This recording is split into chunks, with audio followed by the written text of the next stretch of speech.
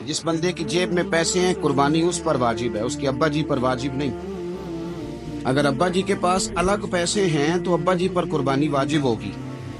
हाँ, अगर आपकी जेब इजाजत देती है तो आप 3 कुर्बानियां खरीदें या बड़े जानवर में 3 हिस्से डालें। तो अब आप 2 वालदैन की हो गई, एक आपकी अपनी हो गई, लेकिन जब तक आप पर वाजिब कुर्बानी आप नहीं देते तब तक वालदैन की कुर्बानी देना दुरुस्त नहीं है, क्योंकि ये दीन में वाजिब है। जो नमाज आप पे फर्ज है वो आपने पढ़नी है और जो अब्बा जी पे फर्ज है वो अब्बा जी ने पढ़नी है। इस मसले को भी जरूर ज़हन नशीन करें। उससे अगली बात जो और ज्यादा जरूरी है उसका जरूर ख्याल फरमाएं। हिस्से डाले जाते हैं कुर्बानी के हिस्से, तो 6 हिस्से हो गए, अब 7वां हिस्सा मिल नहीं रहा, तो एक तगड़े से बंदे के पास जाके मालदार से कहा कि चौधरी साहब हिस्सा डाल ले, एक हिस्सा कम है।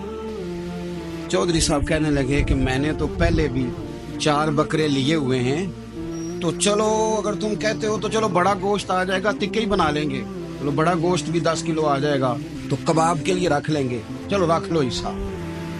अब 6 बंदों की नियत कुर्बानी की, 7वें की गोश्त की, उसकी नियत कुर्बानी की, पिछले 6 की भी कुर्बानी नहीं होगी, वो भी गए काम से। आप इस बात को समझें कि कुर्बानी का मतलब यह है कि खालिस अल्लाह की रज़ा के लिए मखसूस वक्त में मखसूस जानवर ज़िबा करना। इसलिए ये ज़रूर तवज्जो करें इस बात पर कि हम कई लोगों को फोर्स करके शामिल कर लेते हैं। बंदा मालदार होता है, वो भी कहता है चलो ठीक है कोई अर्ज नहीं, लेकिन वो नॉमिनेट करेगा।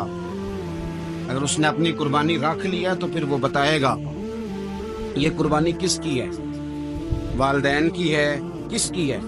तो कुर्बानी इस तरतीब से करें कि उसके सारे मसाइल से आगाही हासिल